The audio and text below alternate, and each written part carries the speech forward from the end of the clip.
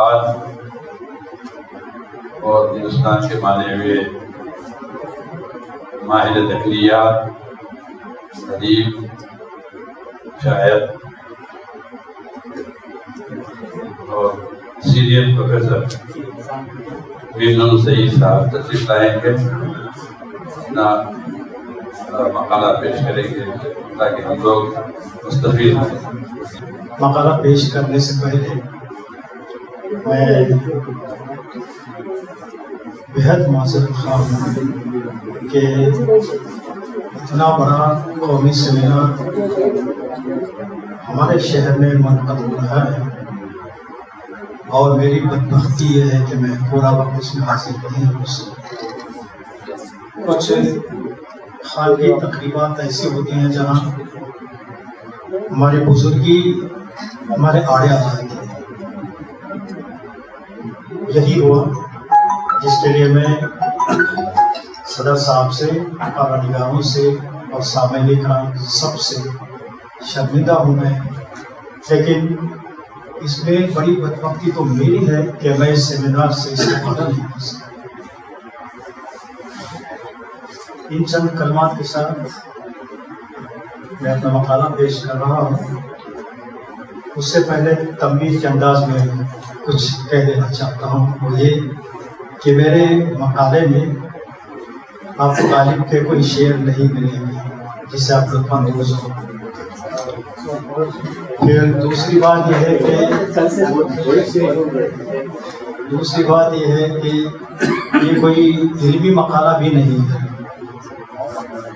اور تیسری بات یہ ہے کہ اس میں غالب کے فن پر بھی کوئی گفتگو نہیں ہے۔ تو آپ کو یہ پریشانی ہوئی کہ پھر ہے کہ اس میں غالب کا کچھ بھی نہیں ہے تو پھر کیا ہو سکتا ہے؟ غالب البتہ ہے۔ دراصل غالب کی خانگی زندگی کے بارے میں میں نے کچھ لکھا ہے اور اس میں وہ گوشے نمایاں کیے ہیں جو عام طور پر ہماری معلومات میں نہیں۔ جب اس سیمینار کی تجویز آئی اور مجھے حکم دیا گیا کہ میں بھی کوئی مقالہ پیش کروں، تو پھر اس کے عنوان پر یعنی تھیم پر نظر گئی تو وہ غالب اور عالمی انسانی قدریں، یہ تھی اس کی تھیم۔ تو ظاہر ہے کہ مجھے اس کے تعلق سے کچھ لکھنا تھا، اور کل سے بھی میں سمجھتا ہوں کہ آپ نے کافی کچھ قدروں کے بارے میں اور اقدار کے بارے میں بہت سنا ہے۔ میں یہ سوچ رہا تھا کہ ایسا کون سا پہلو ہو سکتا ہے جسے میں نمایاں کر سکتا ہوں۔ اس کے فن کے گوشے تو میں سمجھتا ہوں کہ تقریباً تکرار سی ہونے لگی ہے بڑی حد تک۔ تو اس کی شخصیت جو خود انسانیت کی بڑی علمبردار تھی، وہ خود انسانیت کا بہت بڑا پیکر تھا، تو اس کی کسی ایک پہلو پر لکھنے کی تجویز آئی، وہ میں آپ کے سامنے پیش کر رہا ہوں۔ خان کی زندگی کے تعلق سے ہے اور اس میں کتنی انسانی قدرے ہیں یا آدمی قدرے ہیں اس کا اندازہ آپ لگا سکتے ہیں۔ پہلی بات یہ ہے کہ غالب کے خان کی زندگی کے بارے میں زیادہ معلومات نہیں ملتی۔ سب سے اہم اس کا سرچشمہ مولانا الطاف حسین علی کی یادگار غالب ہے، اور اس میں بھی ایک بہت مختصر سا ایک ذیلی عنوان ہے ان کی خانگی زندگی کے تعلق سے، جس کے بارے میں وہ ہمیں یہ بتاتے ہیں، اور غالب سے پڑھ کر ان کی بیوی کے بارے میں بتاتے ہیں کہ غالب کی بیوی نہایت متقی، پرہیزگار، روزہ نماز کی سخت پابند تھی۔ مرزا کی باداموشی کے باعث دونوں کے کھانے پینے کے باسن الگ الگ تھے۔ شرابی شوہر ایک برتن میں نہیں کھا سکتے۔ بائی ہمام شوہر کی خدمت گزاری اور خبر گیری میں کوئی دقیقہ فروگزاشت نہ کرتی تھی۔ مرزا وقت معین پر دن میں ایک مرتبہ زنانے میں جاتے اور بیوی اور ان کے رشتے داروں سے نہایت عمدہ برتاؤ کرتے تھے۔ پھر اس کے بعد یہ تو ہوا غالب کی بیوی کا بے حد پرہیزگار اور متقی اور روز نماز کا پابند ہونا، اور دوسرا پہلو اس کا یہ ہے کہ غالب علل اعلان رند بالاخوات تھے، اور انہی کے قول کے مطابق مغل بچے بھی غضب کے ہوتے ہیں، جس پر مرتے ہیں اس کو مار رکھتے ہیں۔ میں بھی مغل بچہ ہوں، عمر بھر میں یہ بڑی ستمگر شرط عمر کو میں نے بھی مار رکھا ہے۔ آگے چل کر لکھتے ہیں 40-42 برس کا واقعہ ہے، وہاں کی کچھ چھوٹ گیا، ابھی کبھی کبھی ودائیں یاد آتی ہیں۔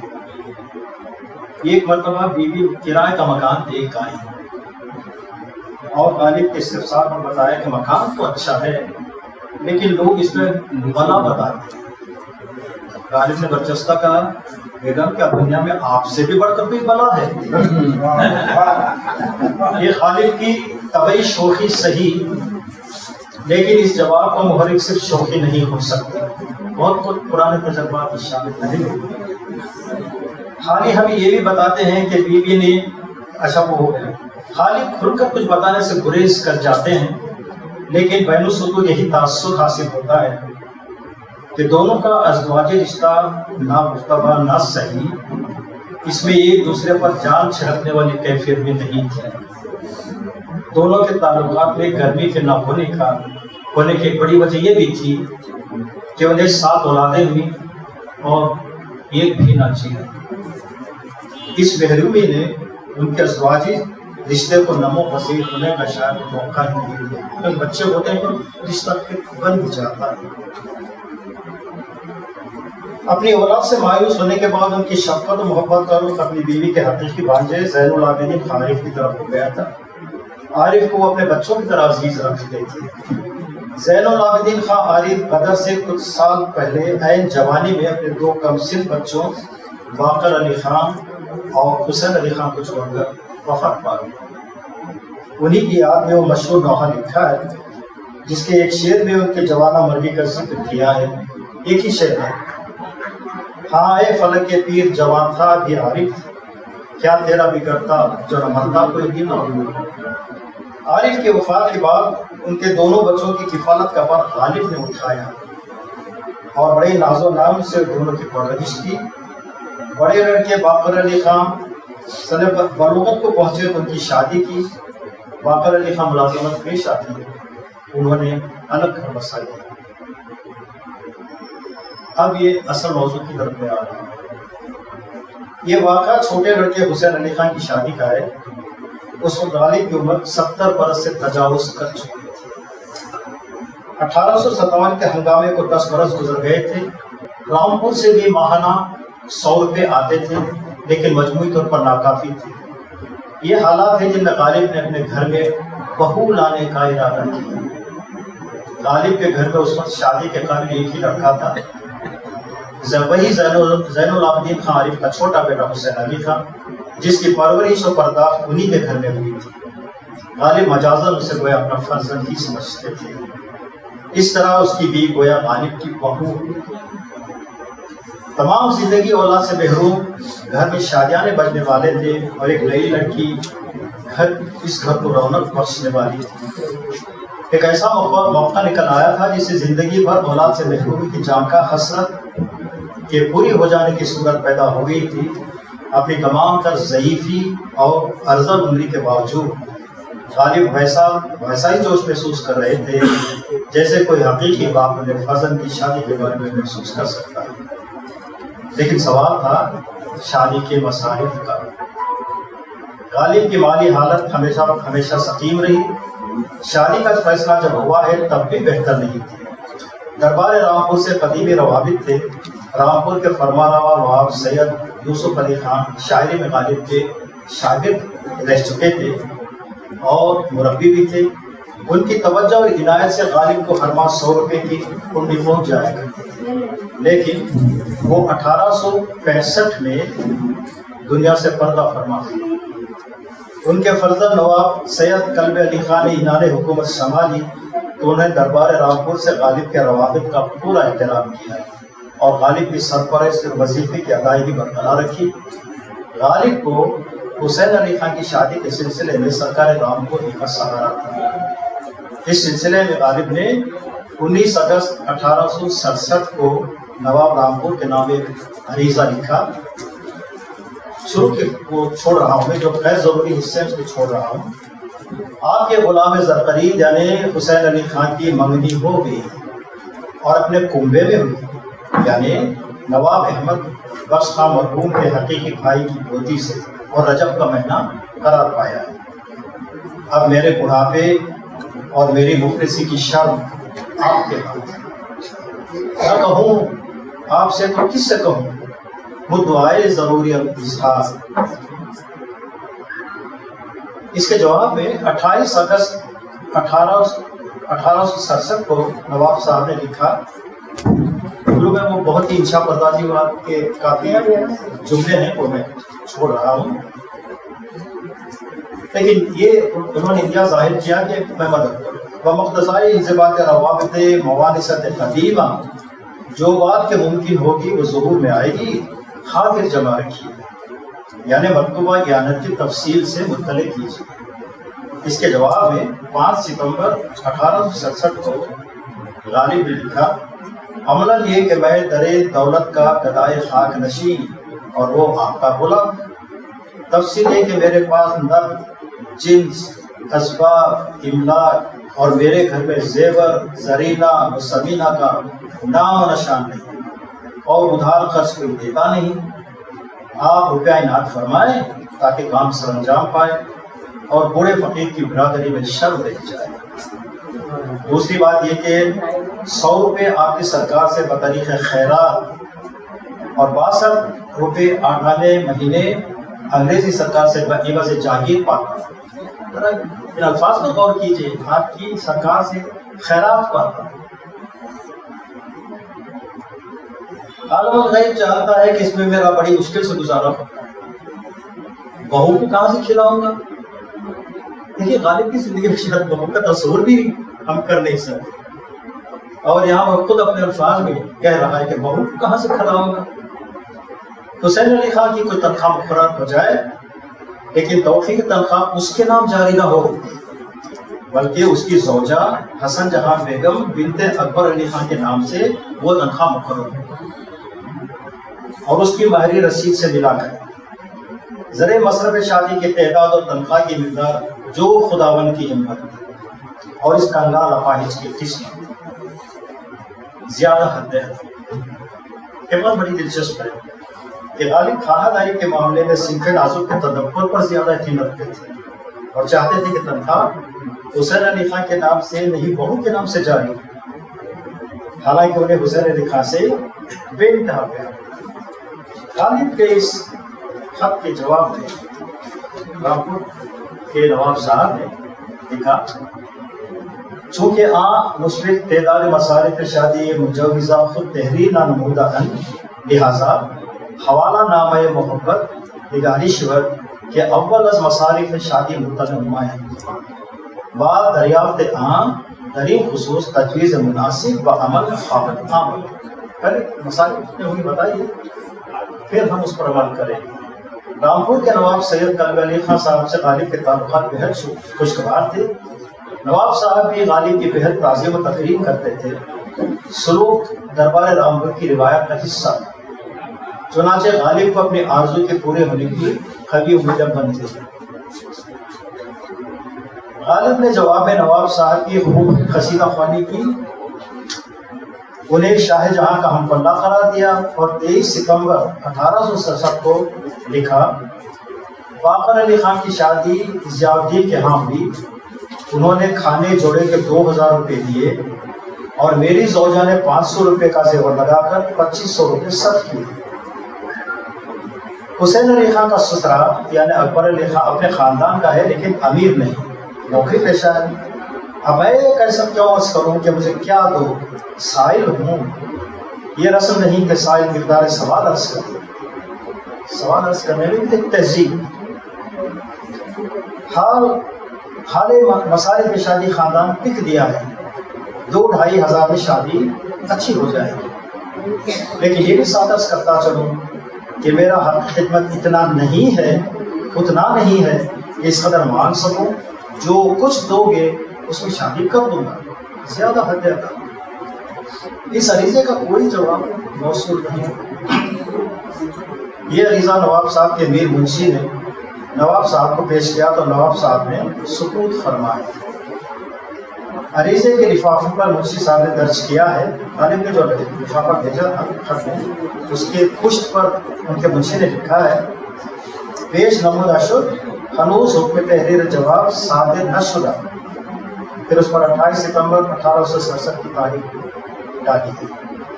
نواب صاحب کے سکوت کو پورے 4 مہینے گزر گئے۔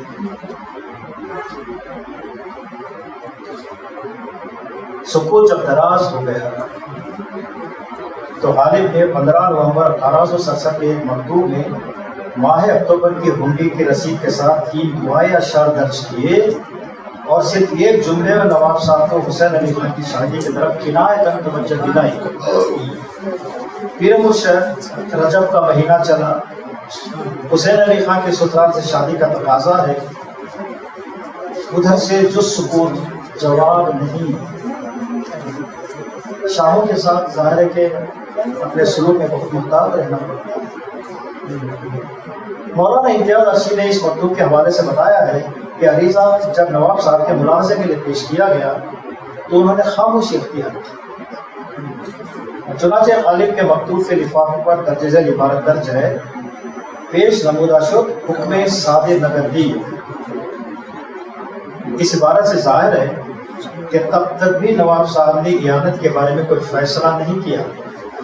یہ بھی ممکن ہے کہ فیصلہ کر چکے ہیں لیکن اس کا اظہار خلاف مصلحت سمجھا۔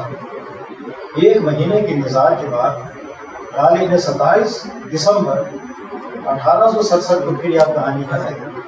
ماہ سیام سلاطین عمرہ خیرات کیا کرتے ہیں، اگر حسین علی خان یتیم کی شادی اسی صیغے میں ہو جائے اور اس بوڑھے اپائج فقیر کو روپیہ مل جائے، اس مہینے میں تیاری ہو جائے اور ماہ شوال رسم نکاح عمل میں آئے، اور چونکہ اس ماہ مبارک میں در فیض بار اور سال انگریزی کا بھی آغاز ہے، وہ 25 روپے جو زبان مبارک سے نکلا ہے جنوری 1867 سے بنام حسین علی خان جاری ہو جائے تو گویا مجھے دونوں جہاں مل گئے۔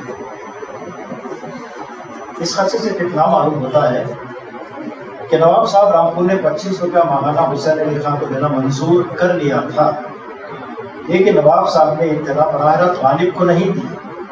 غالب کو دربار رامپور کے متوسلین سے یا کسی اور ذریعے سے بات پہنچانے والے کے ساتھ اتنی معتبر تھی کہ غالب نے یقین کر لیا اور نواب صاحب کا شکریہ بھی ادا کر دیا۔ لیکن غالب کے اس خط نے بھی نواب صاحب کی طرف سے کوئی تحریک نہیں پیدا کی۔ 3 مہینے اور گزر گئے۔ آخر غالب نے 9 مارچ 1867 کو ایک اور عریضہ لکھا۔ مرزا حسین علی خان کی شادی رجب کے مہینے میں قرار پائی، عطیہ حضور کے نہ پہنچنے کے سبب ملتوی رہی۔ آج جو ذیقعدہ کی 15 ہے، 15 دن دیے اور مہینہ ذی الحج کا، اگر اسی مہینے میں حضرت کچھ عطا فرمائیں گے تو آخر ذی الحج تک نکاح ہو جائے گا۔ خدا کرے خداوند کے ضمیر میں یہ بھی گزرے کہ غالب جو بہو بیاہ لائے گا تو اس کو روٹی کہاں سے کھلائے۔ میرے مطالب حضور میں اپنے مطالب حضور میں بار بار سر کرتا ہوں کہ مجھے بار بار لکھتے ہوئے شرم آتی ہے، مگر غالب کی شرمانے سے کیا ہوتا ہے۔ مزید 5 مہینوں تک نواب صاحب رامپور نے اس معاملے میں غالب سے بالکل کوئی ربط پیدا نہیں کیا۔ غالب نے نواب صاحب کے نام جو خط لکھا ہے اس میں امیدوں کی نہایت خلوص سے پرورش کرتے نظر آتے ہیں۔ 13 اگست 1867 ایک سال گزر رہا ہے۔ لکھتے ہیں 3 التماسیں سابق میں پیش ہوئی تھی۔ سب پہلے برخوردار نواب مرزا خان جو اس وقت رامپور سے کافی روابط پیدا ہو گئے تھے، نواب مرزا خان کی تحریر ہے، اور پھر جناب مظفر حسین خان بہادر کے خط سے ان خواہشوں کے منظور و مقبول ہو جانے کی نوید پائی۔ انشاءاللہ الکریم حسب ارشاد حضور اسی برس 68 میں آمد زمستان نومبر اور دسمبر میں میرا قرض بھی ادا ہو جائے گا اور حسین علی خان کی شادی بھی ہو جائے گی، اور اس کے واسطے اس کی زندگی تک تنخواہ جٹا دینا مقرر ہو جائے گا۔ اس خط دعوت کا آغاز 19 اگست 1867 کو ہوا تھا اور مذکورہ عریضہ 13 اگست 1867 کو لکھا گیا ہے، یعنی قریب 1 سال کا عرصہ گزر چکا ہے اور غالب کو مطلوبہ اعانت ابھی تک ہاتھ نہیں آئی۔ فارسی کی پروفیسری کو گورنمنٹ کی ملازمت کا ارادہ اس لیے کیا ہے کہ اعزاز کچھ زیادہ ہو، نہ اس لیے کہ موجودہ اعزاز میں بھی فرق آ جائے۔ کہہ کر ٹھکرا دینے والے غالب اس نظام کے خلاف کھل کر کبھی کچھ کہہ نہیں سکے۔ ان کے لہجے میں ذرا بھی تلخی نہیں ہے۔ کردار کی اس تضاد کی آسانی سے وضاحت نہیں کی جا سکتی۔ یہی خیال ہوتا ہے کہ جاگیرداری نظام کے حاکم و محکوم کے فرق کو غالب کے ذہن نے بآسانی قبول کر لیا تھا، جہاں وہ ایک عالم کا میزبان بن جانے کی حسرت پالتے ہیں اور خلت پہنچانے والے ملازمین کو بازار میں اپنی قلت بیچ کر انعام دیے بغیر رخصت نہیں کر سکتے۔ وہیں حضرت ولی نعمت آئی رحمت کے آگے ہاتھ پھیلاتے ہوئے کیا کوئی مزاحمت محسوس نہیں کرتے؟ لیکن تحریر میں اسے رقم کرنے کا حوصلہ کہاں سے لاتے ہیں؟ اس خط کا بھی جواب نہیں آیا۔ انتظار کے بعد غالب نواب صاحب کی حقیقت سے حقیق بیان کے حق میں اپنے تقاضوں سے دستبردار ہو گئے۔ 7 ستمبر 1868 کو پھر لکھا، نہ کہوں آپ سے تو کس سے کہوں، مدعائے ضرور علی صاحب پیر مسیح۔ حسین علی خان کے سسرال والوں کا تقاضا بڑا تقاضا ہے، زندگی مشکل ہو گئی ہے۔ بطریق شیئا للہ، سوال مختصر یہ ہے کہ جو حضرت کے مزاج میں آوے عطا کیجیے، اور حسین علی خان کے نام جداگانہ تنخواہ مقرر کر دیجیے۔ لیکن دونوں امر جلد صورت پکڑے۔ ستمبر گزرا، اکتوبر گزرا اور نومبر کا آدھا مہینہ گزر گیا۔ اس خطوں کی دعوت کو 1 سال 3 مہینے گزر گئے۔ اس مرحلے پر غالب کی امیدوں کا قصر ڈھہ گیا۔ اپنے گھر میں ایک بہو لانے کی خواہش شدید کا گلا گھونٹتے ہوئے غالب نے اسی سلسلے کا آخری خط 16 نومبر 1868 کو لکھا۔ آج ناچار از روی اضطرار و افتقار پھر عرض لکھتا، حال میرا تباہ ہوتے ہوتے یہ نوبت پہنچی ہے کہ اب کی تنخواہ میں سے 547 روپے بچے، 43 روپے کا چھٹا ماہوار کا سود سہ ماہ دینا، مجملاً 800 روپے ہوں تو میری آبرو بخشتی۔ ناچار حسین علی خان کی شادی اور اس کی تنخواہ سے قطع نظر کی۔ اب اس باب میں عرض کروں کیا مجال، کبھی نہ کہوں پر 800 روپے مجھ کو اور دے دیجیے۔ شادی کیسی، میری آبرو بچ جائے تو بڑی۔ برخوردار نواب مرزا خان کے خط میں یہ حال مفصل لکھا ہے، وہ عرض کریں گے، لیکن مختصر یہ کہ اب میری جان اور آبرو آپ کے ہاتھ، مگر حضور جو اللہ فرمانا ہے جب ارشاد ہو زیادہ دینا چاہتا۔ اور اس پر پیچھے لکھتے ہیں، تم سلامت رہو 1000 برس، ہر برس کے ہونے 50,000۔ اور اس میں اپنا نام لکھا ہے، عرض داشتے گدائے یکدر اسد اللہ مستر۔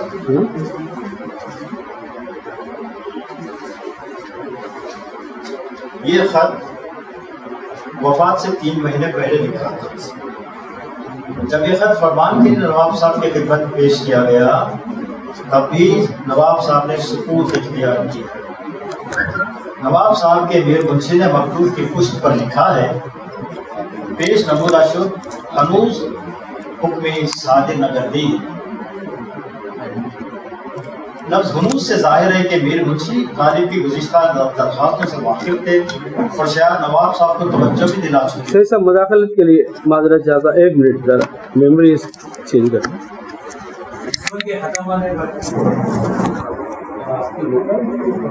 لفظ غنوص سے ظاہر ہے کہ میر منشی صاحب غالب کی گزشتہ درخواستوں سے واقف تھے اور شاید نواب صاحب کو توجہ بھی دلا چکے تھے.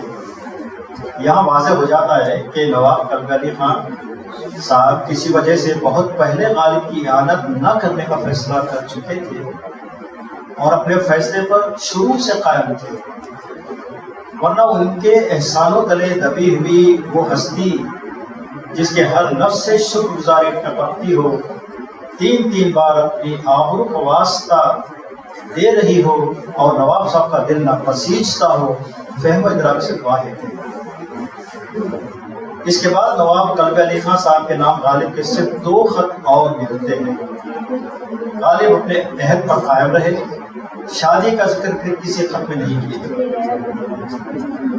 ان دونوں ہی خطوط میں اس قرضے کی ادائیگی کا ذکر ہے جس کی خاطر انہوں نے بہو بیاہ لانے کے ارادے کا گلا گھونٹ دیا. پہلا خط 17 دسمبر 1868 میں لکھا ہے. برخوردار نواب مرزا خان صاحب نے مجھ کو مبارکباد لکھی تھی کہ حضور نے تیرے قرض کے ادا کرنے کی نوید کی ہے اور مقدار قرض پوچھی ہے. سو میں نے ان کو لکھ کر بھیجا کہ 800 روپے میں میرا قرض تمام ہو جائے گا. اس تحریر سے یاد دہانی منظور ہے زیادہ. 10 جنوری 1859 کو آخری خط انتہائی لاچاری کے عالم میں لکھا ہے. حضور قرض خواہوں نے بہت عاجز کر رکھا ہے، بس میرا یہی کام ہے کہ یاد دلا دو، آگے حضرت مالک. مکاتب غالب کے مرتب مولانا امتیاز علی عرشی نے غالب کی خط کے تحریر میں قرض خواہوں کے املا پر حاشیے میں نوٹ لکھا ہے. اس لفظ کو تقدر حواس اور عاشق کی بنا پر قرض خواہوں لکھا ہے. خط کی تعریف بھی ہمیشہ کی طرح پوری نہیں لکھی ہے، صرف مرحوم روز یکشنبہ اواخر تاریخ رمضان المقدس سن 1285 لکھ دیا ہے. اس سے اندازہ لگایا جا سکتا ہے کہ خط کی تحریر کے دوران غالب کی ذہنی کرب اور ذلت نفس کے کیسے عذاب سے گزر رہے. نواب صاحب رامپور قلب علی خان نے شادی کے مصارف دریافت کیے، مقدار قرض پوچھی، یکے بعد دیگر التماسیں قبول کی جن سے غالب امیدوں کا تار بنتا چلا گیا، لیکن مطلوبہ اعانت غالب کو آخری سانس تک نہیں ملی. موت کے وقت وہ 800 روپوں کے مقروض تھے. ان خطوط کے جائزے سے عہد غالب کے نظام معاشرت کی بہت سے کوششیں دوریاں ہو جاتی. یہ مراسلت 1 برس 5 مہینوں کی مدت پر پھیلی ہوئی ہے، لیکن انجام تک انتظار اور ابھی کا معاملہ رہا. اگر اور جیتے رہتے یہی یہ جملے ذہن و دل پر ایک خلش سی چھوڑ جاتے ہیں کہ غالب جب بہو بیان لائے گا تو اس کو روٹی کہاں سے بھیجا جائے گا. عالم الغیب چاہتا ہے کہ اس میں میرا بڑی مشکل سے گزارا ہوتا ہے، بہو کو کہاں سے کھلاؤں گا. کیا بات ہے. اب آپ کے سامنے جن خان کے بیٹ کو میری باری آئی پروفیسر سرور الہدا صاحب تشریف لا رہے ہیں. آپ جامعہ اسلامیہ کے پروفیسر ہیں. جامعہ ملیہ اسلامیہ کے تعلق سے میں کیونکہ یہاں اہل علم و اہل فضل موجود ہیں، ایک بات عرض کرنا چاہتا ہوں. جامعہ ملیہ اسلامیہ قائم ہونے کے بعد چند ہی سالوں میں یہ ادارہ مفروض ہو گیا، بہت زیادہ مفروض ہو گیا، یہاں تک کہ بند ہونے کے جگہ پر آ گئے. تو پریشان تھے کہ کیا کیا جائے، قرض اتنا ہو گیا تھا کہ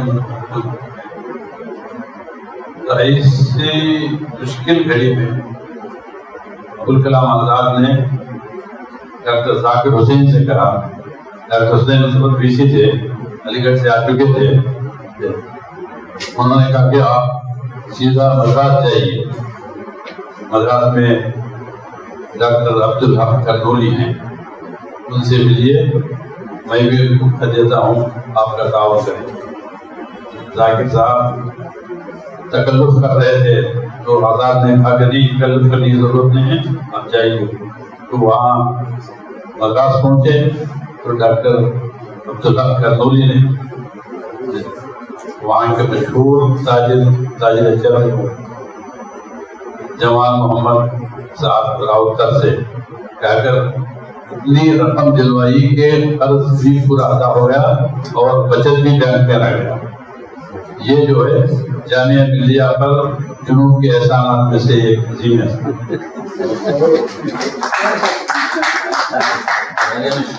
غالب اور عالمی انسانی قدریں یہ ایک ایسا موضوع ہے جس کی ضرورت شاید آج کی دنیا کو سب سے زیادہ ہے۔ کیا انسانی قدروں کا کوئی ایک ایسا معیار بھی ہے جس کا اطلاق دنیا کے تمام لسانی اور تہذیبی معاشرے پر کیا جا سکے؟ مشرق اور مغرب کی کشمکش اور کشاکش اس موضوع میں شاید پہلے کی طرح لوگوں کی دلچسپی باقی نہیں ہے۔ کشمکش اور کشاکش کو نوآبادیاتی سیاق میں بھی دیکھا جانے لگا۔ خود غالب نے پہلی مرتبہ اسے ایک ایسی زبان دے دی جو آج بھی اپنی داخلی اور خارجی ساخت کے ساتھ توانا ہے۔ ایماں مجھے روکے ہے، کھینچے ہے مجھے۔ غالب کے ذہن میں عالمی انسانی قدروں کا کیا کوئی تصور تھا؟ یہ ایک ایسا سوال ہے جس کا جواب غالب کی تحریروں کی روشنی میں ہی مل سکتا ہے۔ یہ بھی ضروری نہیں کہ سوال کا جواب صاف اور شفاف طریقے سے غالب کی تحریروں سے فراہم کیا جائے۔ اگر معاملہ صرف انسانی قدروں کا ہوتا تو بھی غالب کے چند اشعار اس سلسلے میں پیش کیے جا سکتے ہیں۔ یوسف حسین خان نے اپنی کتاب آہنگ غالب میں انسانی عظمت کے عنوان سے لکھا ہے، یہ عجیب بات ہے کہ غالب کائنات کو فریب نظر کہتے ہیں لیکن اسی کے ساتھ انسانی عظمت کو مانتے ہیں، اس لیے کہ دنیا کا سارا تماشا انسان کی آنکھوں کے سامنے ہو رہا ہے۔ کچھ شعر ہیں جو کل سے دہرائے گئے ہیں، یوسف حسین خان نے بھی انہی شعروں کو درج کیا تھا۔ ان اشعار کا متکلم اگر بری انسانی آبادی ہے تو اس صورت میں یوسف حسین خان کی بات قبول کی جا سکتی ہے، لیکن غالب کے شارحین و ناقدین نے ان اشعار میں جس متکلم کو دریافت کیا ہے عام انسانی آبادی کے ذہن، خیال اور ذہانت سے بہت بلند ہے۔ ہوتا ہے شب و روز تماشا میرے آگے، کیا اس بصیرت و دعوے کو عظمت انسانی کے طور پر صرف دیکھا جا سکتا ہے؟ یہ تو ایک ایسا غرور ہے جو ایک مخصوص ذہن کی پیداوار ہے جو خالق کائنات کو للکار سکتا ہے۔ یہ محض شوخی نہیں ہے جو میر کے یہاں ہے کہ کوئی ہو محرم شوخی کے راہ میں پوچھوں کہ بزم عیش جہاں کیا سمجھ کے ہونا۔ غالب نے ہستی کو ایک دھوکہ قرار دیا اور کہنا پڑا کہ ہستی کے مت فریب میں آ جائے گی بسر۔ تو انسانی عظمت کا مفہوم کیا یہ ہو سکتا ہے کہ کائنات کے مختلف معاملات کو نگاہ کم سے دیکھا جائے؟ عظمت انسانی کا مطلب انسانی قدروں کا مفہوم ہے، گو تو ایسی صورت میں سودا کا شعر کتنا بامانی ہے کہ آدمیت ہے بڑی شے نہ کہا شعر تو کیا، جس پہ نازل ہوئے حضور پیغمبر اشعار۔ آدمی کوئی میسر نہیں انسان ہونا۔ غالب نے آدمی اور انسان کے درمیان جو امتیاز پیدا کرنے کی کوشش کی تھی اس نے حسن عسکری کو تمام پریشان رکھا، اور ان کی کتاب انسان اور آدمی اسی پریشانی کا اظہار ہے۔ غالب نے جن اشعار میں انسان کو بطور انسان دیکھا ہے اور اسے مذہب، رنگ، نسل سے ماورا قرار دے کر اقدار آدم پر زور دیا ہے، وہ اشعار عام طور پر زبانوں پر ہیں اور ان کی تعداد بھی بہت کم ہے۔ ان شعروں میں مذہبی حوالے استعارے بھی آئے ہیں، لیکن اس طرح کے اشعار غالب سے پہلے بھی اردو شاعری میں مل جاتے ہیں، لیکن شہرت غالب کے شعروں کو زیادہ ملی۔ اس کا ایک سبب تو بہت واضح ہے کہ غالب نے کچھ ایسے شعر کہے جو بالکل ایک نئی آواز کا پتا دیتے تھے۔ مرے بت خانے میں تو کعبے میں گاڑو دے، گویا استقامت کے ساتھ کسی خیال یا کسی وجود کا کسی کا ہو جانا سب سے بڑا مذہب ہے، لیکن کیا اس طرح کے استعارے ان انسانی قدروں کا سراغ مل سکتا ہے جو میر کے یہاں ہے؟ بوئے آدم ہی ہے تمام زمین، پاؤں کو ہم سنبھال رکھتے ہیں۔ جب تک تخلیقی ذہن عام انسانی سطح پر اشیاء اور تصورات سے معاملہ نہیں کر سکتا تو ایسی صورت میں انسانی اقدار اور انسانی عظمت کا تصور جس شکل میں سامنے آتا ہے وہ واحد متکلم کا غرور اور تمکنت بن جاتا ہے، جس کے ثبوت میں غالب کے اشعار پیش کیے جا سکتے ہیں۔ یوسف حسین خان نے پوری کتاب میں غالب کے تعلق سے عظمت انسانی کو محض 4 صفحے دیے، اور جو اشعار بطور حوالہ پیش کیے ہیں وہ عظمت انسانی سے کہیں زیادہ غالب کی شوخی، غالب کی طبیعت، بلکہ غالب کی وجودیت کا احساس دلاتے ہیں۔ اس سے اندازہ کیا جا سکتا ہے کہ غالب کے تخلیقی ذہن کو موضوعات کی روشنی میں دیکھا تو جا سکتا ہے، مگر وہ خود آسانی کے ساتھ خانے میں فٹ نہیں ہوتا۔ ابن مریم ہوا کرے کوئی، بہت عام سا شعر، نثار احمد فاروقی نے ایک جلسے میں اس کو پڑھا تھا، مجھے یاد ہے یہ زندگی کا غالباً آخری زمانہ تھا، تو ہم لوگ ایسے ہی پڑھتے تھے میرے دکھ کی دوا کرے کوئی، تو انہوں نے اس طرح پڑھا تھا کہ ابن مریم ہوا کرے کوئی میرے دکھ کی دوا کرے، اور پھر جو ہے وہ شعر کی فضاحت ہوئی میرے دکھ کی دوا کرے۔ یہ ہے واحد متکلم جس پر زور ہے۔ میرے پر اگر زور دے کر نہ پڑھا جائے تو شعر کا خون ہو جائے گا۔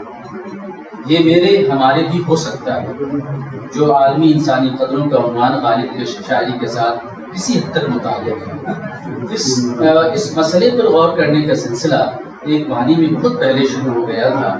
عبدالرحمن بجنوری نے محاسن کلام غالب میں مغربی ادیبوں کے ساتھ غالب کو رکھ کر دیکھا، اور ایک معنی میں کلام غالب کے سیاق اول کو سیاق دوم میں لے جانے کی کوشش کی۔ بعض ناقدین نے بجنوری کی تحسین کی، بعض نے گرفت کی۔ اب یہاں مجھے اقبال کی نظم مرزا غالب یاد آتی ہے، جس کی چند شعر ملازم کی۔ نطق و سو ناز ہیں تیرے لبے اعجاز پر، محو حسرت ہے ثریا رفعت پرواز پر، شاہد مضمون تصدق ہے تیرے انداز پر، خندہ زن ہے غنچہ دلی گلے شیراز پر، آہ تو اجڑی ہوئی دلی میں آرامیدہ ہے، گلشن بیمر میں تیرا ہم نوا خوامیدہ ہے۔ کل سے آج تک یہ شعر میرا خیال ہے کسی کو یاد نہیں آیا۔ میں امید کر رہا تھا کہ شاید وہاں ذکر آ جائے گا خلیل مامون صاحب کے یہاں، لیکن بہرحال جب سے یہ موضوع مجھے ملا، یہ نظم مجھے ہانٹ کر رہی ہے، اور میں نے اس درمیان غالب پر جو نمبر شائع ہوئے، جو کتابیں چھپی، جتنا میں دیکھ سکتا تھا میں دیکھتا رہا، اور یہ سوچتا رہا کہ اقبال نے گوئٹے کا ہم نوا غالب کو کیوں قرار دیا۔ یہ ایک بہت بنیادی سوال ہے، دونوں میں زمانی فاصلہ بھی ہے۔ آہ تو اجڑی ہوئی دلی میں آرامیدہ ہے، اور دلی کو اجڑے ہوئے کہا ہے، اقبال نے یہ بھی دیکھ لیا۔ آہ تو اجڑی ہوئی دلی میں آرامیدہ ہے، گلشن بیمر میں تیرا ہم نوا خوامیدہ ہے۔ اقبال نے پیام مشرق کے دیباچی میں گوئٹے کے تعلق سے جو کچھ لکھا ہے وہ آپ سب کی نگاہ میں ہے۔ یہ سوال شاید پہلے بھی کیا گیا ہوگا کہ اقبال کو گلشن بیمر کا خیال کیوں آیا۔ گلشن بیمر جرمنی کا وہ شہر ہے جس میں جرمنی کے مشہور شاعر گوئٹے کی آرام گاہ ہے۔ پھر اسے غالب کا ہم نوا قرار دینا بے وجہ تو نہیں ہے۔ اگر دیکھا جائے تو گوئٹے اور غالب کے یہاں جو زمانی فاصلہ بھی ہے، گوئٹے 1749 میں پیدا ہوا اور 1834 میں انتقال کرتا ہے۔ غالب کی پیدائش کا سال 1797 اور وفات 1869 میں ہوئی۔ گوئٹے نے جن اصناف میں لکھا وہ ظاہر ہے کہ غالب سے مختلف ہے۔ پیام مشرق کے دیباچے میں اقبال نے یہ بھی لکھا ہے کہ پیام مشرق کی تصنیف کا محرک جرمن حکیم حیات گوئٹے کا مغربی دیوان ہے، جس کی نسبت جرمنی کا اسرائیلی شاعر ہائنہ نے لکھا ہے۔ ایک گلدستہ عقیدت ہے جو مغرب نے مشرق کو بھیجا ہے۔ اس دیوان سے اس امر کی شہادت ملتی ہے کہ مغرب اپنی کمزور روحانیت سے بیزار ہو کر مشرق کے سینے میں سے حرارت تلاش کر رہا ہے۔ گوئٹے نے اس مجموعے کو دیوان کا نام دیا تھا۔ یہ چند صفحے میں یہاں یہی ختم کرتا ہوں، پورا مضمون چھپے گا اور اس کا عنوان ہے گلشن بیمر میں تیرا ہم نوا خان۔ حضرات، کل کا جو اناگورل سیشن تھا اور جس میں کہ بہت طویل گفتگو تحریری صورت میں خلیل مامون صاحب نے پیش کی تھی، اور اس گفتگو میں جو حوالے آئے تھے مشرق اور مغرب کے، اور خاص طور پر انہوں نے انسانی مقدار کے اعتبار سے جو فرق کرنے کی کوشش کی تھی، اور وہ الجھن آپ کو اس گفتگو میں بھی تھوڑی سی نظر آئی ہوگی کہ میں کس طرح سے غالب کے انسانی عظمت کو میں نگیٹ نہیں کر رہا ہوں، بلکہ مجھے یہ محسوس ہوتا ہے کہ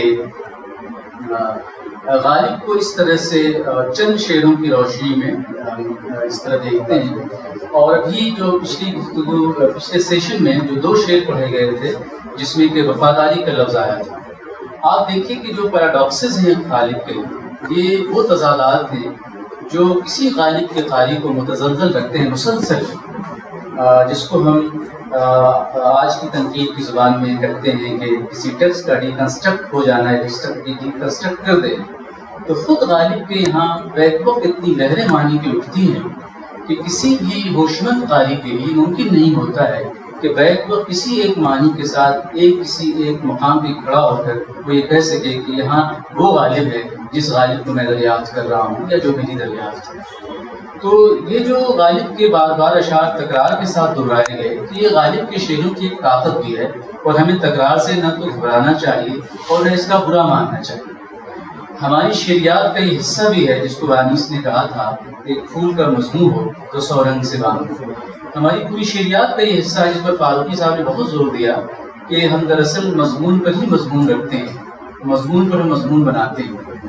لیکن اصل میں جو بات مجھے کل سے آج تک ایک قاری کے حیثیت سے، سامع کے حیثیت سے محسوس ہوتی ہے، اور جس کو میں کہنا بھی چاہتا ہوں، اس لیے میں نے اپنی جو تحریر کا جو رخ تھا اس کو میں نے وہیں چھوڑ دیا ہے اور یہ چھپ جائے گا، وہ یہ ہے کہ اسی عرصے میں دوبارہ میں نے تفسیر غالب بھی پڑھ ڈالی، جو گیان چند جین کی تشریح ہے نسخہ حمیدیہ، اور بہت ہمت کی بات ہے کسی قاری کے لیے کہ تفسیر غالب کو ایک مرتبہ پڑھ جائے، اور میرا تو یہ خیال ہے کہ ہم میں سے سب کو جو غالب کے عاشق ہیں ایک مرتبہ گیان چند جین کی جو تشریح ہے یا جو ان کا وہ ایڈٹ کیا ہوا نسخہ حمیدیہ ہے جو غالب کا رد کردہ کلام 16 سال کی عمر میں غالب نے لکھا تھا، تو اب ایسی صورت میں جب میں وہاں دیکھنے لگا ان شعروں کو تو بہت کم مطلب کوئی ایک مصرع اگر انسانی عصمت کے اعتبار سے کہیں آتا ہے اس کو لیا جا سکتا ہے، دوسرا مصرع ہمیں کہیں اور لے جاتا ہے۔ تو جو سطح ہے غالب کے سوچنے کی اور زندگی و کائنات کو دیکھنے کی، تو یہ جو اس قسم کے خیالات ہیں جو بہت ہمیں فوری طور پر اپیل کرتے ہیں، تو عام طور پر غالب کی شاعری ان خیالات کی، یعنی ہم نے چالو قسم کے خیالات تو میں نہیں کہہ سکتا، لیکن جو ایک جس کو ہم کہتے ہیں کہ فوری طور پہ ہم کہتے ہیں کہ اس موضوع پر یہ شعر ہے، اور اب آپ دیکھیے کہ دہنے شعر میں جا بیٹھیے لیکن اے دل نہ کھڑے ہوئیے خوبان دل آزار کے پاس، تو اب اس میں کون سی انسان دوستی، اور وہ جو وفاداری بشرطِ استواری اسلیمہ ہے، اور پھر وہ وہی کہتا ہے کہ وفاداری میں شیخ و برہمن کی آزمائش ہے، تو کوئی ایک وفاداری کا تصور، کوئی ایک انسان دوستی کا تصور غالب میں ایسا نہیں ہے جو آپ شروع سے لے کر کے آخر تک یہ کہہ سکیں اور اس کی ایک تصویر بنا سکیں۔ یہی تو غالب کا زبردست ہے، اگر یہ غالب کے یہاں نہیں ہوتا تو غالب آج اتنا ہمارے لیے ہم نہیں ہو سکتا تھا، یا غالب لازمانی نہیں ہو سکتا تھا، زمانے کو عبور نہیں کر سکتا تھا۔ یہ موضوع دراصل ہمیں اس بات پر آمادہ کرتا ہے کہ ہم غالب کی انسان دوستی کو اس طرح سے ہم تلاش نہ کریں جیسے کہ مطلب یہ ہوتا ہے کہ ہم شعر پڑھ دیتے ہیں، اب دیکھیے بوئے آدم ہی ہے تمام زمین، پاؤں کو ہم سنبھال رکھتے ہیں، یہ میر کے علاوہ ہماری تاریخ میں کوئی نہیں کہہ سکتا تھا، بوئے آدم ہی ہے تمام زمین۔ پھر میر نے کہا تھا خدا ساز تھا آزر بت تراش، ہم اپنے تئیں آدمی تو بنائیں۔ اچھا ایک چیز اور ہے جو مجھے یہاں کہنی چاہیے تھی، اس لیے کہ بہرحال بہت سارا وقت گزرا تھا وحید اختر کا تکن، تو آج ہم ان کو بھی یاد کرتے ہیں۔ وحید اختر نے یہ کہا تھا کہ شاعری میں عظمت کا تصور ہمارے یہاں اقبال کے ساتھ ختم ہو چکا ہے، چاہے آپ کسی کی کتنی تعریف کر لیں۔ یہ وحید اختر نے لکھا اقبال کے اس مضمون میں جو اقبال مغربی مفکرین کے درمیان کا ایک مضمون ہے۔ ایک بہت اہم بات انہوں نے کہی تھی جو آج اس کی اہمیت بہت بڑھ گئی، وہ یہ ہے کہ اصل میں دیکھیے جو ہمارے یہاں پورے ایک روایت کا تصور تھا جو چلا آ رہا تھا، کنٹینیویشن، اب غالب تک وہ روایت آئی۔ دیکھیے غالب پہلا شاعر ہے جس نے روایت کے میں ایک رخنہ پیدا کرتا ہے، اس کو توڑتا ہے، سوال کرتا ہے۔ کتنی آسانی سے میر اپنے لیے ایک آسانی پیدا کر لیتے ہیں، یہ توہم کا کارخانہ ہے یا وہی ہے جو اعتبار، کتنی آسانی ہے میر کے لیے اور ان تمام معاصرین کے لیے جو غالب سے پہلے ہیں، کتنی آسانی ہے۔ مذہب ایک پناہ گاہ کی طرح ہے، غالب کے لیے مذہب تو پناہ گاہ نہیں بن سکا۔ اب دیکھیے غالب میر کا یہ شعر پڑھتے ہیں ہم آپ، یہ یہاں وہی ہے جو اعتبار کیا، لیکن غالب یہ کہنے کی ہمت کرتا ہے کہ آپ ہستی کے مت فریب میں آ جائے ہو سکتا، یا پھر یہ کہنے کی ہمت کسی میں نہیں ہو سکتی، کہتے ہیں جس عشق جس کو خلل ہے دماغ کا، کیا یہ میر سوچ سکتے تھے؟ غالب سے پہلے کیا سوچ سکتا تھا کوئی شخص؟ حسن عسکری جو میر کے سب سے بڑے عاشق تھے، انہوں نے اپنے 2 مضمون میں میر جی میں بطور خاص انہوں نے غالب کو نگیٹ کیا اور صاف لکھا کہ غالب نے ہمیں اپنی روایت سے کاٹ دیا، جو کہ انتظار حسین نے پریم چند کے بارے میں کہا کہ پریم چند نے ہمیں اپنی روایت سے کاٹ دیا۔ یہی بات کم و بیش حسن عسکری نے غالب کے بارے میں لکھی کہ غالب نے ہمیں روایت سے کاٹ دیا۔ کیا پریشانی تھی حسن عسکری کو، جنہوں نے مغرب کو اتنا پڑھا تھا، فرانسیسی ادب پڑھا تھا، پورا مغرب ان کو ایک طرح سے حفظ تھا، اور ایک زمانے تک اردو والوں کو کلیم الدین کے بعد اگر آپ دیکھیے اسی شخص نے مغربی ادب سے مشناس کرا، جھلکیاں کے کالم سے بطور خاص۔ لیکن کیا پرابلم تھی، آپ دیکھیے کہ غالب کو انہوں نے کبھی تعریف نہیں کی غالب کی، اور یہ لکھا کہ جو ہماری روایت کا تصور تھا یہ، اور یہی نہیں بلکہ انہوں نے تو ایلیٹ کو بھی رد کیا اور یہ کہا کہ ایلیٹ سمجھ لیں کہ روایت کبھی بدلتی نہیں، روایت ہمیشہ زندہ رہتی ہے۔ غالب کو یہ اثر پسند نہیں تھا۔ اچھا غالب نے کون سا مغرب کا ادب پڑھا تھا؟ پھر خالد محمود صاحب نے یہ بات کہی تھی۔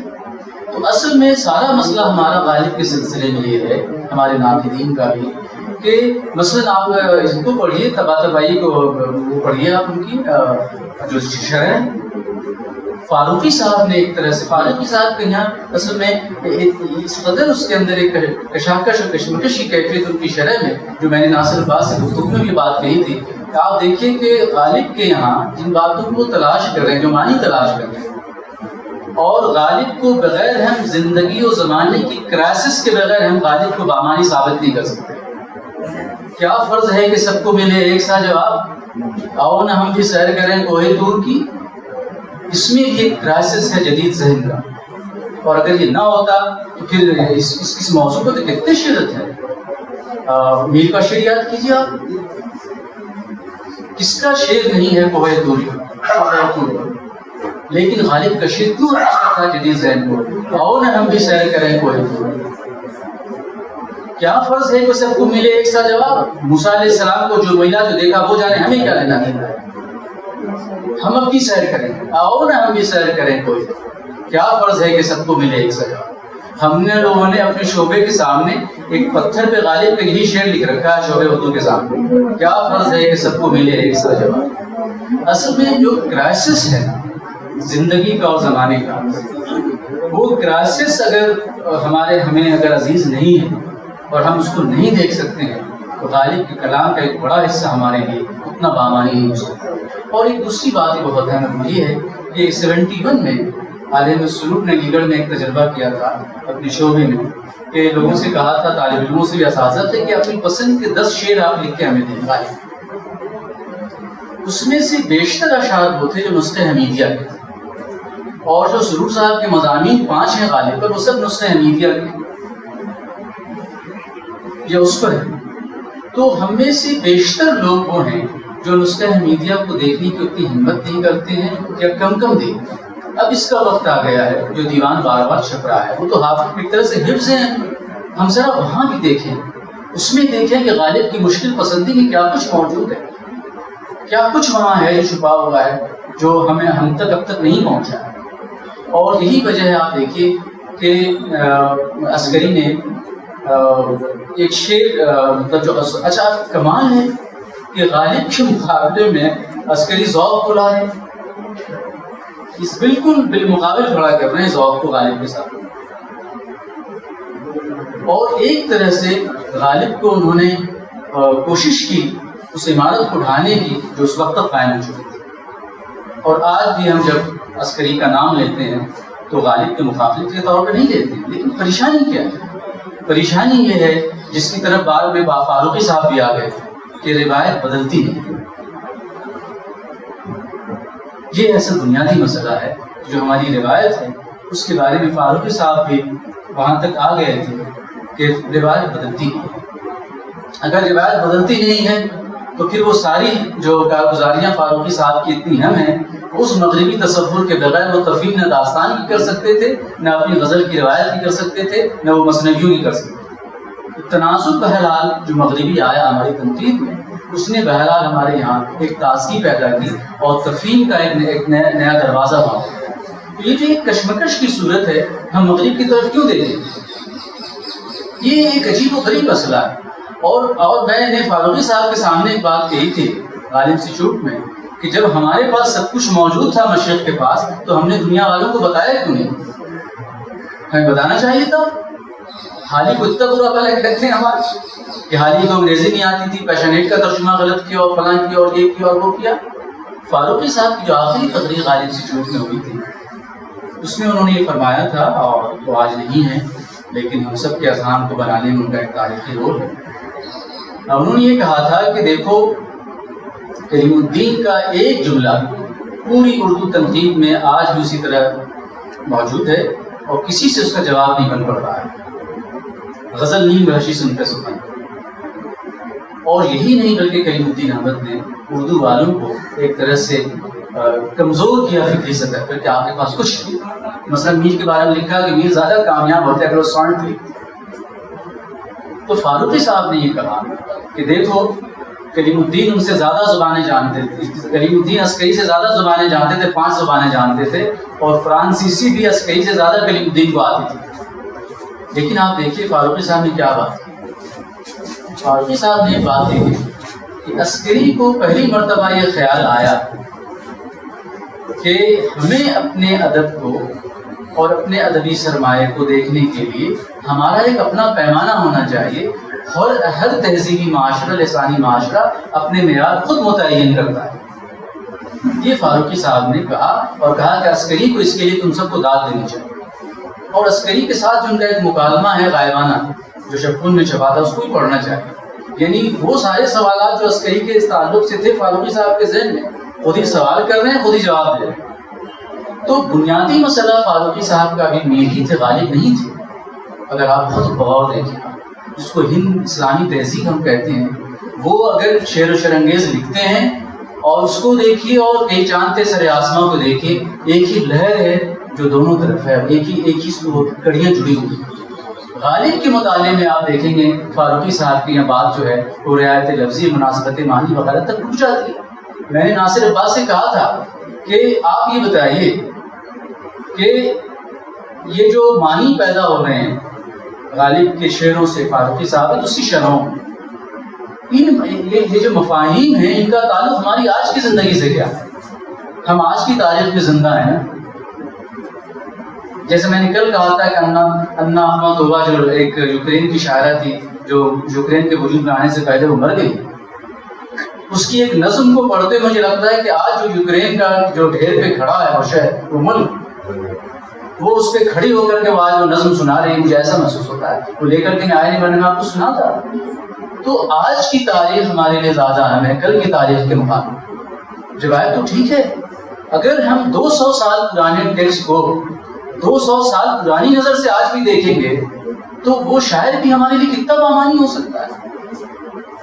تو ہر شاعر کا ایک ٹیکسٹ، اچھا پھر کلاسک کا ظاہر ہے ایک سرمایہ ہے جس کو ہم سر پہ اٹھائے کرتے ہیں، وہ ہمارے ریسپیکٹیبل ہے، اس میں کوئی شبہ ہی نہیں۔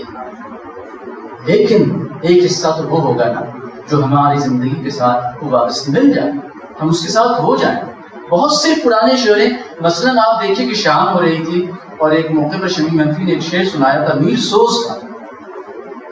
اب سوچیے کون میر سوز کو آج پڑھ رہا ہے؟ کہا کہ سرور آج کا اخبار آیا ہے، اس میں یہ شعر ہے سرنامے میں لکھا ہو۔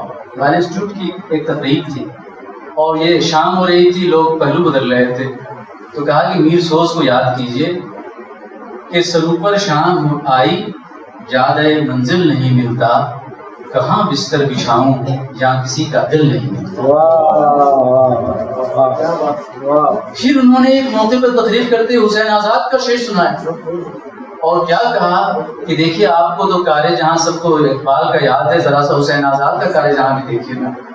حسین آزاد کا شعر ہے کہ جہاں وہ کار، وہی شام کا پھر وقت ہو رہا تھا، شام بھیگ رہی تھی، جہاں وہ کارے جہاں کس نے یہ دراز کیے، جہاں وہ کارے جہاں کس نے یہ دراز کیے، چلو یہاں سے کہ اب ہو گئی ہے شام بہت۔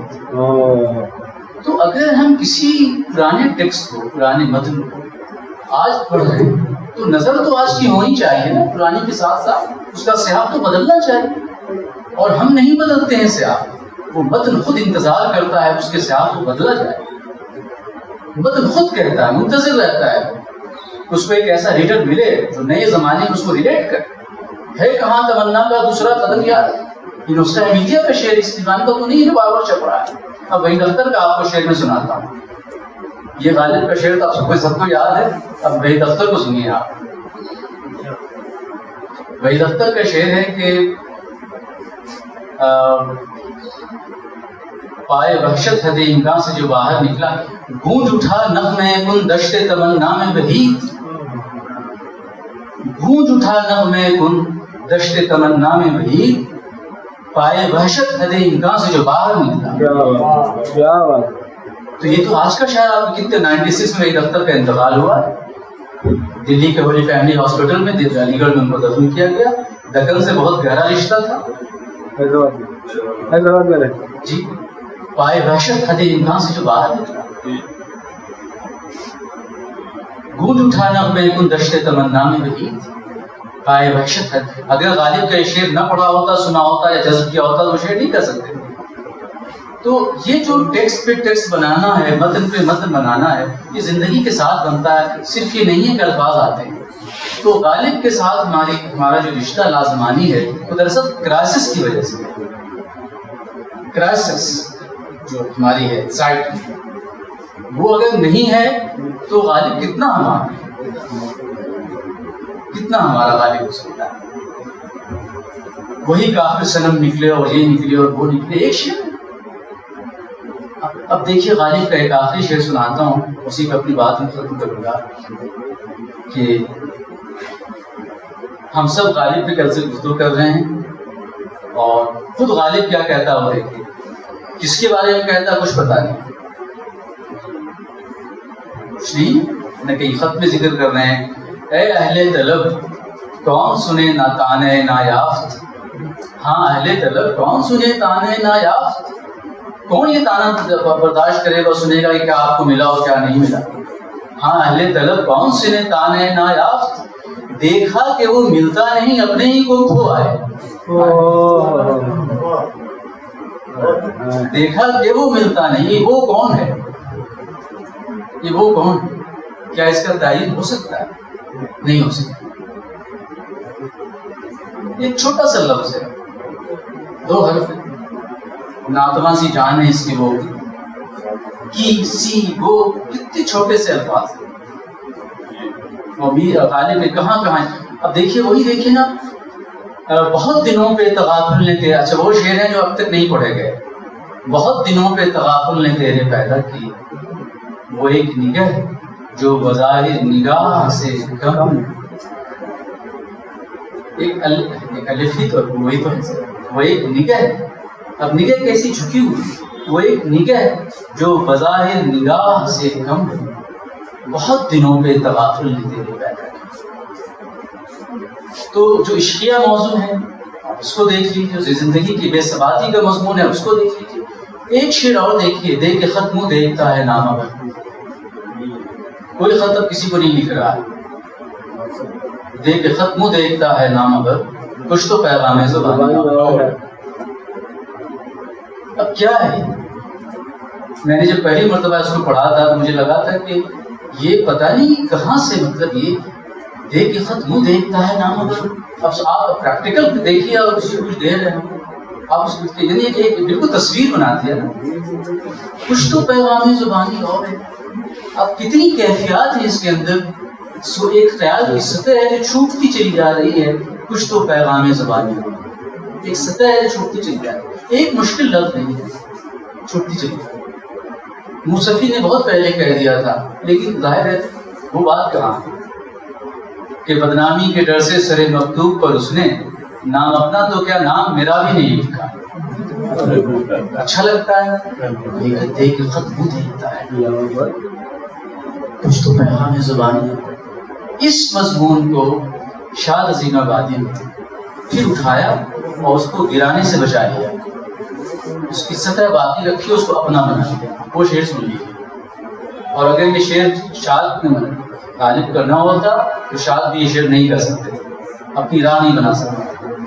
اور شاد کی جو شاد کی مطلب آپ یہ دیکھیں کہ بیان حال خط شوق سے زیادہ ہے. بیان حال خط شوق سے زیادہ ہے. یہ بات کان میں قاصد کے ڈال دیتے ہیں. اب یہاں پر پھر گنجائش پیدا ہو جس کو پلورل سوسائٹی بار بار ہم لوگ آج کہہ رہے ہیں, اور کثرت اور وحدت. تو سب میں سروکار غالب کا تو وہی کہیں رکتے ہی نہیں وہ آدمی کہ آپ کو متزلزل لگتا ہے, اسٹیبل نہیں ہونے دیتا غالب. آپ دیکھیے تو جب اسٹیبل ہی ہونے نہیں دے رہا آپ کو تو کیسے طے کر سکتے اس آدمی کی کسی منزل کو, اس کے گھر کو. تو وہ ہمارا پہلا ہماری ادبی روایت کا شاعر ہے جو بے خانمہ ہے. اور بے خانمہ مصنف بہت خطرناک ہوتا ہے, بہت خطرناک ہوتا ہے بے خانمہ مصنف. گھر ہی نہیں, سنگ نہیں آستان نہیں, کیا ہے دائر نہیں حرم نہیں, سنگ نہیں آستان نہیں, بیٹھے ہیں رہ گزر پہ ہم, کوئی ہمیں اٹھائے. اب اس سے زیادہ بے سر و سامانی کیا ہو سکتی ہے, اور اس سے زیادہ کوئی بادشاہ کون ہو سکتا ہے. ایسی مطلب بیٹھے ہیں رہ گزر پہ کوئی ہمیں اٹھائے نہیں. یہ جو بے گھری ہے, اور مانی کی بے گھری بھی ہے غالب کی, وہ مانی بھی رک نہیں رہا, وہی سفر ہے. کہیں تو ہوگی ملاقات ہے چمن آرا کہ میں بھی ہوں تیری خوشبو کی طرح آوارا. تو کس کو کتنا غالب ملا, کس کو کتنا غالب ملا, کتنا ملا, کون دعویٰ کرتا ہے. تو یہ جو عجیب و غریب ہے صورت, مطلب پتہ نہیں اگر غالب ہماری روایت کا حصہ نہ ہوتا تو ہمیں پاس کیا رہ جاتا, یا جدید دنیا کو ہم کیا بتا دیں. ابھی جو ایک 100 سالہ جو ایک وہ اس کا میگزین کا نام مجھے ابھی ناصر عباس نے بتایا, اس میں جو ہندوستان کے کسی شاعر کا صرف ایک ذکر ہے تو صرف غالب کا ذکر ہے, صرف غالب کا ذکر. تو یہ عجیب و غریب جادو ہے. اور یہ جو جس کو ہم اس لیے وہ جس کو ہم انسانی عظمت کا تصور کہہ رہے ہیں, وہ تضادات سے بھرا ہوا ہے, پیراڈاکسز بہت ہیں. ایک ہی لفظ آپ کو وہاں پہ وہ کر رہا ہے, دوسری جگہ وہ اس کا انکار کر رہا ہے. تو یہ ہے کچھ میرے کچھ خیالات تھے. اور ظاہر ہے کہ کل سے آج تک جو کچھ یہاں جتنے خیالات کا اظہار کیا گیا, یہ غالب انسٹیٹیوٹ کے لیے بہت ہی عزت کی بات ہے. اور ہم سب بہت خوش ہیں ادارے کی طرف سے, اور جتنے یہاں پہ ڈائریکٹر موجود ہے غالب انسٹیٹیوٹ کے, کہ یہاں پر محمود اعجاز ٹرسٹ کا تعاون حاصل رہا, اور مقامی یہاں کی شعراء ہوگا اور جو ادبی ذوق رکھنے والے لوگ ہیں وہ کل سے آج تک اتنی تعداد میں موجود رہے. اور یہ بہت ہی خوشگوار تجربہ تھا ہم لوگوں کے لیے. اور بہت میں تو اتنا جب پہلی بار شہر آیا, محمود ایاز کو تو میں نے پہلے ظاہر ہے کہ ان کی سوغات کو دیکھ لیا تھا, تو ہمیں ایک اور سوغات جو ہے محمود ایاز کے سوغات کے اس پہ کنٹینیوشن میں دیکھیں اگر اس روایت کے ساتھ, تو یہ بھی اسی کا حصہ ہے جو محمود ایاز نے پیش کیا تھا ادبی دنیا کو. تو اس طرح سے میں بہت دل کی گہرائیوں سے غالب انسٹیٹیوٹ کی جانب سے آپ سب کا ممنون ہوں, اور محمود ایاز ٹرسٹ کا اس کے ذمہ داران کا، اراکین کا، بطور خاص عزیز اللہ بیگ صاحب کا، شائستہ یوسف صاحبہ کا، اور آپ سب کا جو جہاں جہاں سے تشریف لائے، مقالے پیش کیے اور بہت ہی صبر و تحمل کا مظاہرہ کیا، اور اتنے ڈسپلن، مطلب جس کو کہتے ہیں ملا صاحب کا، جن کی کل کی افتتاحی تقریر نے ہمیں ایک نیا جوش بھر دیا، اور مجھے یہ لگا کہ اب اس طرح کی تقریر ہی ہونی چاہیے اناگرل سیشن میں، جس میں کہ آپ بات میں ایک بات کا عرض کریں اور آپ کو اس طرح لگے کہ جیسے کوئی آپ کو ڈرایا نہیں جا رہا ہے۔ مطلب بعض علمی گفتگو تو ڈراتی بھی ہے نا، مطلب خوف سا ہوتا ہے جلسوں میں جا کر کے یار اتنی اصطلاحیں آ گئی، اتنی باتیں ہو گئی، یار یہ کیا ہے، یار یہ اصطلاح سمجھ نہیں آئی۔ تو ہمیں یہ خوشی اس بات کی ہے کہ اس سیمینار میں کوئی کسی نے اپنے مقالے کے ذریعے ہمیں ڈرایا نہیں اور ہم خوفزدہ نہیں۔ کلیدی خطبے نے ڈرایا تھا نہیں، وہ اصل میں یہ عرض کروں آپ سے کہ ہم ان سے امید بھی ایسی رکھ رہے تھے، اور وہ بہت ہی ہائیلی اکیڈمک تھا، بہت ریسرچ کر کے پرچہ لکھا گیا تھا، اور وہ ویسے ہی ہونا بھی چاہیے تھا۔ اس کی وجہ کیا ہے کہ دیکھیے اس کی بھی جیسے ہمارے یہاں لغت ہے یا علمی کتاب ہے، اس کی ضرورت ہمیشہ رہے گی۔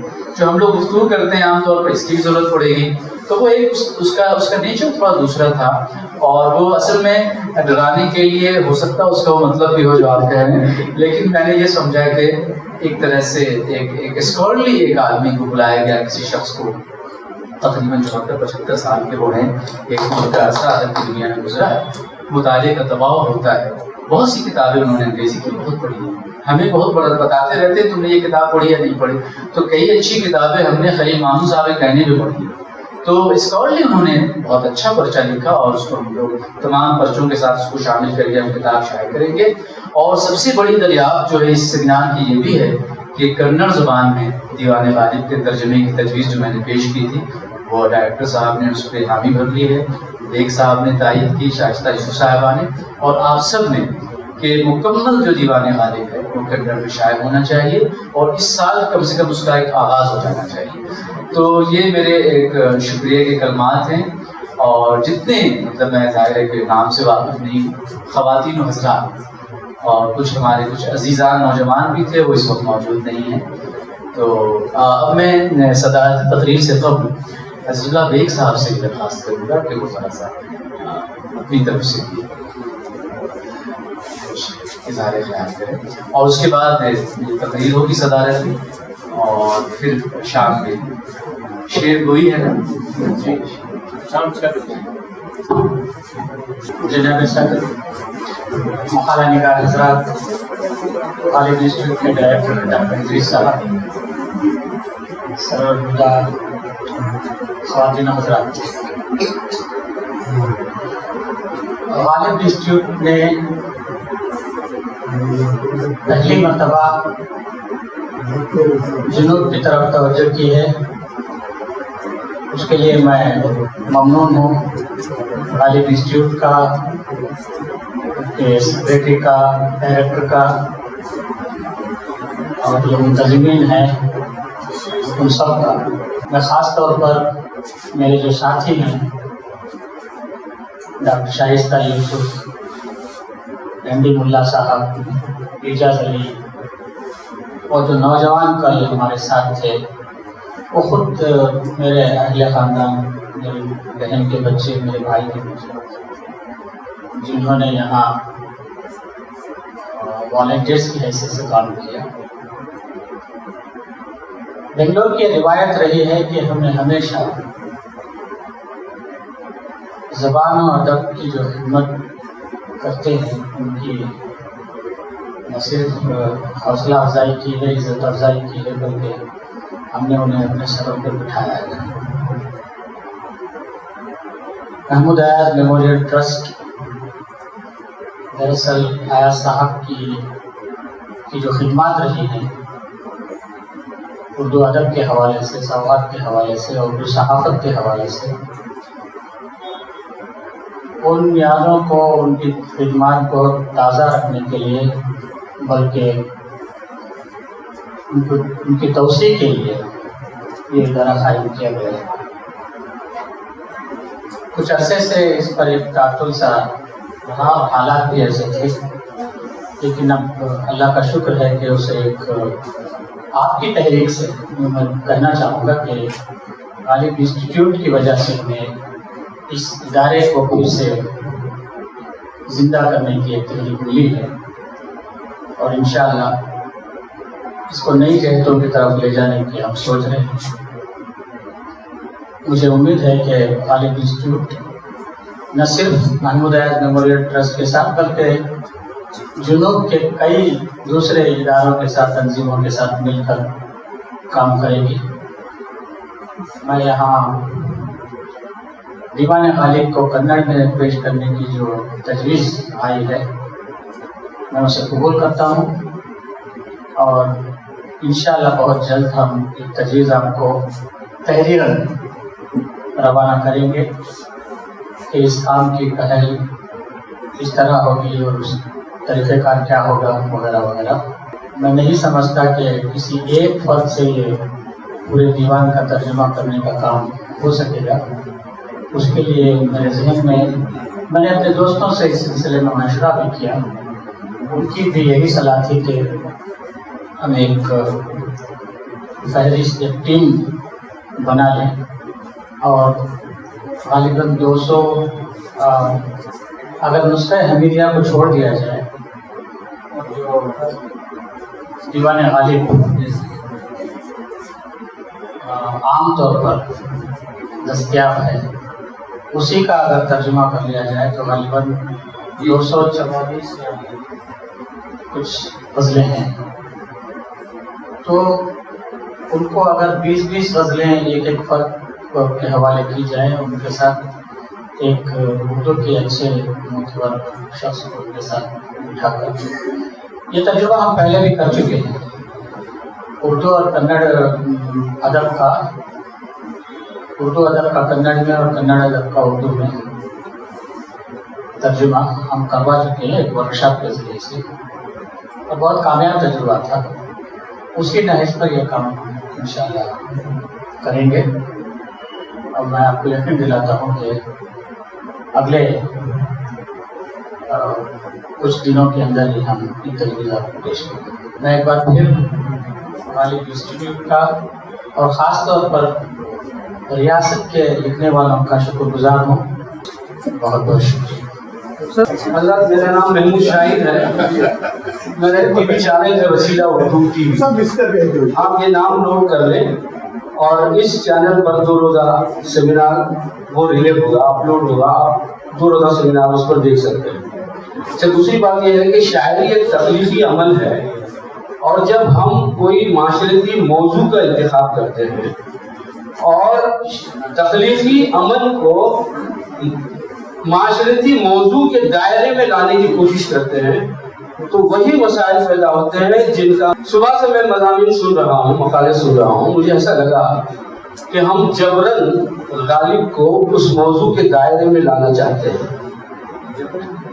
اور غالب جو ہے وہ ہاتھ چھڑا کر آگے نکلتا جا رہا ہے۔ غالب کا وہ شعر ہے کہ تیشے بغیر مر نہ سکا وہ کر نہ سکا، تو ہم صبح سے کوشش کر رہے تھے کہ غالب کے ہاتھ میں تیشہ تھمائیں، اور وہ تیشہ پھینک کر وہ آگے نکلتا جا رہا ہے۔ تو میرا جہاں تک خیال ہے کہ تخلیقی عمل ایک الگ پہلو ہے۔ اس موضوع پر بھی میں صبح سے بحث کر رہا ہوں کہ دراصل اس کا موضوع ہونا چاہیے تھا کہ انسانی خطرے، عالمی انسانی خطروں سے ایک طرح کا تذبذب اور تضاد آپ نے پیدا کر دیا۔ اصل جو موضوع ہے وہ انسانی خطرے ہیں، عالمی انسانی خطرے نہیں ہیں۔ انسانی خطرے ہی بنیادی خطر رکھتی ہے۔ شکریہ آپ تمام حضرات کا۔ پروفیسر سرور رضا صاحب کا شکریہ ادا کرنا چاہتا ہوں، اس لیے کہ انہوں نے خطبہ صدارت کے بوجھ کو بہت ہلکا کر دیا۔ اب کرنے کے لیے کچھ باقی نہیں رہا، سب کچھ انہوں نے تفصیل کے ساتھ غالب کے سیاق و سباق میں مال ہوا مال علیہ سبھی انہوں نے بیان کر دیا، اور حسن عسکری سے فاروقی صاحب اور جتنے بھی غالب غالب کے لکھنے والے تھے سبھی کو انہوں نے جو ہے یہاں پیش کیا۔ یہ اصل میں یہ کہ ہم لوگوں کی خاص کر جو ہے اہل ادب روایت پر زیادہ زور دیتے ہیں. تخلیق کے، خاص کر ادب میں تخلیق کے بہت فائدے ہیں. کچھ نئی بات، نیا پن، نئی جہت، یہ جدت فاروقی والی جدت نہیں، لیکن واقع نہ جدت چاہیے. کچھ نہ کچھ تو بھائی 50-60 سال سے آپ شعر کر رہے ہیں، شعری خزانے میں آپ کا کوئی شعر اضافہ کا قابل ہے؟ 2-4 شعر ایسے کہیں آپ دعوے کے ساتھ کہ بھئی نہ غالب کے پاس، نہ میر کے پاس، نہ اقبال، نہ فیض بھولا، کسی کے پاس نہیں، میرے پاس ہے. کیوں ایسا کوشش نہیں کر سکتے؟ کر سکتے ہیں، کر رہے ہیں، ہم دعوے کے ساتھ کر رہے ہیں. یہ چیز چاہیے. اور شاعری کے تعلق سے کیا ہے، شاعر محمود شاہد صاحب نے جو بات کہی ہے، شاعر اپنی بات کہہ کے ختم کرنے کے بعد اس کا عمل نقل ختم ہو جاتا ہے. وہ اپنے شعر پر کچھ بحث نہیں کرتا، بس اسے چھوڑ دیتا ہے. سامعین، ناقدین، جو بھی ذمہ دار شعر و ادب کے ہیں، ان پر مختلف لوگ اپنے ذہنی توانائی کے اعتبار سے، اپنے ظرف کے اعتبار سے اس کے معانی مطالب نکالتے ہیں. اس میں تضاد ہونا ضروری ہے. شاعری کی وہی عظمت ہے کہ اس میں تضاد ہے. اس حالت میں، اس حالت میں، ہر آن یہ جو ہے ہر آن، ہر لمحہ شاعر جو بھی سوچتا ہے وہ لکھ دیتا ہے. اس کے لیے ضرور نہیں کہ اس کی زندگی اس کے مطابق ہو یا نہ ہو. شاعری اصل میں لفظوں کے کھیل کا نام ہے. آپ لفظوں کا استعمال بہتر طریقے سے مناسبت کے ساتھ کیجیے تو اس میں یہ پیدا ہوتی ہے، اثر پیدا ہوتا ہے، تاثیر پیدا ہوتا ہے. غالب پر بہت اچھی بحثیں ہوئی الحمدللہ. یہاں جتنی بھی جو ہے بقائے نگار حضرات نے مقالے پیش کیے، ہمارے ڈاکٹر فرزانہ فرح نے اپنا تحقیقی مقالہ پیش کیا، اس میں تحقیق کو بھی انہوں نے جگہ دی. اور اس کے بعد ہمارے ڈاکٹر کوثر پروین صاحبہ نے، کیونکہ وہ بنیادی طور پر افسانہ نگار ہیں، تو انہوں نے اپنا افسانوی انداز میں بہت ہی لطف مقالہ پیش کیا. عام طور پر سیمیناروں میں اس طرح پیش کیے نہیں جاتے. آپ نے ماشاءاللہ بہت اچھا پیش کیا. اس کے بعد جو ہے ہمارے جناب اکرم نقاش صاحب نے اسکیچ جو غالب کا پیش کیا ہے، یہ بہت ہی ابتدا سے انتہا تک پوری زندگی کو انہوں نے اس میں شامل کر لیا. اور بعد میں ہمارے پروفیسر میم سعید صاحب نے غالب کے گھریلو حالات کو، اور حسین علی خان کی شادی جو 1 سال میں جو ہوتی تھی، اگر کہتے تو پورا سال لگ جاتا تھا، انہوں نے 1 سال کو جو ہے چند منٹوں میں اس کو جو ہے اختصار کے ساتھ پیش کر دیا ماشاءاللہ، اور پوری تاریخوں کے ساتھ. اور جو ہے آخر میں کیا کہیں، ہمارے پروفیسر سرور رضا صاحب نے اپنا مقالہ کم سنایا ہے، لیکن انہوں نے جو تقریر کی ہے بہت ہی عمدہ تقریر کی ہے. بہت ہی سوالات انہوں نے کرا کیے ہیں غالب اور گائیڈے کے بارے میں، کوئلے کے بارے میں، جو ہے موازنے کے بارے میں. ہاں اس پر کام ہو سکتا ہے، جو کہ آپ خود پروفیسر ہیں، اپنے طالب علم کو اس طرح متوجہ کرائیے اور اس پر مقالہ لکھائیے، PhD کا مقالہ لکھائیے. بہت کام بہت ہو سکتا ہے. یہ شاعری کے بہت سارے جہاد ہوتے ہیں، شاعر سمجھے یا نہ سمجھے. ہر اچھی شاعری کئی جہاد ہوتے ہیں. شاعری اچھی ہونے کے لیے الفاظ کے گویا پرتکلف ہونا ضروری نہیں ہے. ابھی ہمارے ماہر منصور صاحب نے اپنی کتاب پیش کی، سادہ بہترین، یعنی وہ سہل ممتنع میں، سہل ممتنع میں ان کی شاعری ہے. بڑی خوشی ہوئی. اور کہہ رہے تھے کہ 30 سال کے بعد انہوں نے ایک غزل کا ایک مجموعہ دیا، مختصر صحیح لیکن بہت اچھا رہا. اس طرح سے کسی کی بھی شاعری غالب سے مروب ہونے کی ضرورت نہیں. غالب کی شاعری کو پڑھتے رہیے، لیکن محمود صاحب کی شاعری کو کون نہیں کہے گا کہ نہ پڑھے. ان کے پاس غالب سے بہتر کوئی چیز ہو